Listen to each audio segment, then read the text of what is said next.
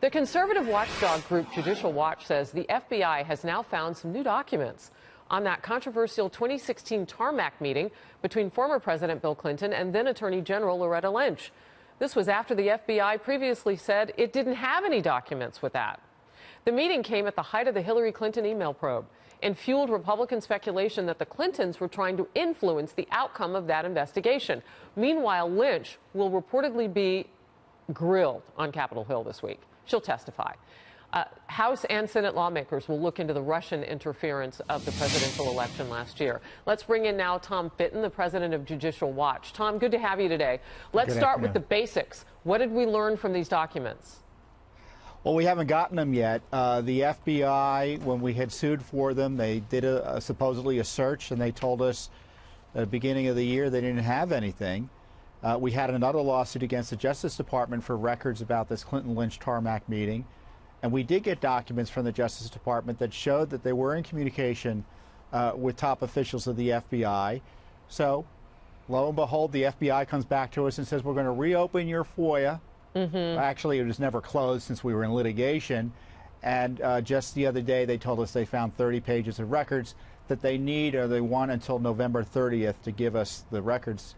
And we don't know what's going to be in the records, whether they're going to be all blacked out. But if I were the president, I'd be asking both the leadership of the FBI and the Justice Department, what is going on here? What's with the stalling and what's with the obstruction? Because there may be an innocent explanation as to why these records were missing, but I find that to be a highly unlikely possibility. All right. So they told you that you have to wait until late November. You don't know what these documents are actually going to look like because you don't have them now to compare them to what they'll look like after they're redacted. So you won't know what you're missing. So in the meantime, you want the president to step in. Is this something that Judicial Watch then makes a point with the White House, or do you just hope for the best? Oh, we've previously told the White House that they should take the approach of extreme transparency on these corruption issues. And my view is the deep state doesn't want to release these records. You see it with the Clinton issues, you see it with the Obama issues, and you frankly see it with the Trump-Russia issues, because I think they know releasing the records would hurt people they like Hillary Clinton and Barack Obama, and hurt people they don't like President Trump. And when you talk with White House officials or whomever you've talked with, what have you been told in the past, or are you hoping to have some fresh conversations now? Because now the game has changed. Now the FBI has found something it said it didn't have. You know, they hold their cards close to the vest. I think the White House probably would want to see the information released, but it's not clear to me the deep state wants to get it done. And at this point, you have to wonder whether it's just plain insubordination by top officials, the Justice and FBI, in terms of withholding information we have a right to under the law. What about, and we were reporting this on Outnumbered when it happened, because it broke during our hour last year. What about Lynch telling Comey, former FBI Director James Comey, to refer to Hillary Clinton's email scandal as just a matter and not an investigation? Well, you know, that communication, if it happened and there are records about it, would be covered by this lawsuit. We haven't seen it yet.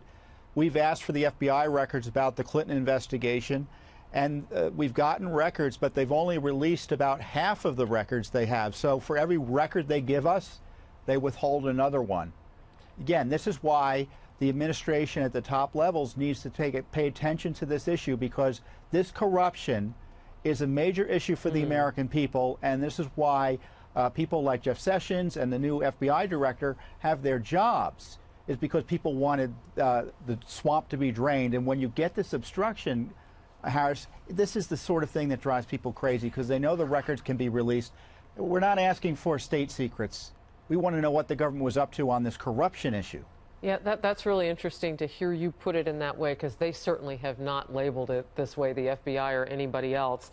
Real quickly before I let you go, and I hear you wanting to give the FBI agents maybe a benefit of the doubt. Maybe somebody went rogue, maybe somebody made a mistake, whatever it may be. But the point is, and what the American people might want to ask is, what significance is this when you talk about a cover-up?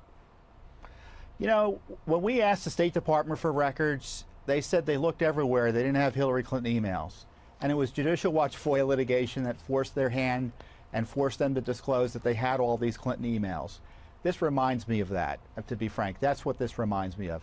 The FBI only gave us, coughed up these records, or will cough up some of these records in the least, I hope, only because we caught them red-handed in another FOIA lawsuit. It's really troubling. Tom Fitton of the Judicial Watch, we'll check back with you as we get closer to that deadline when the FBI says they're going to hand you some of those documents. Thank you very much for joining us, Tom. You're welcome.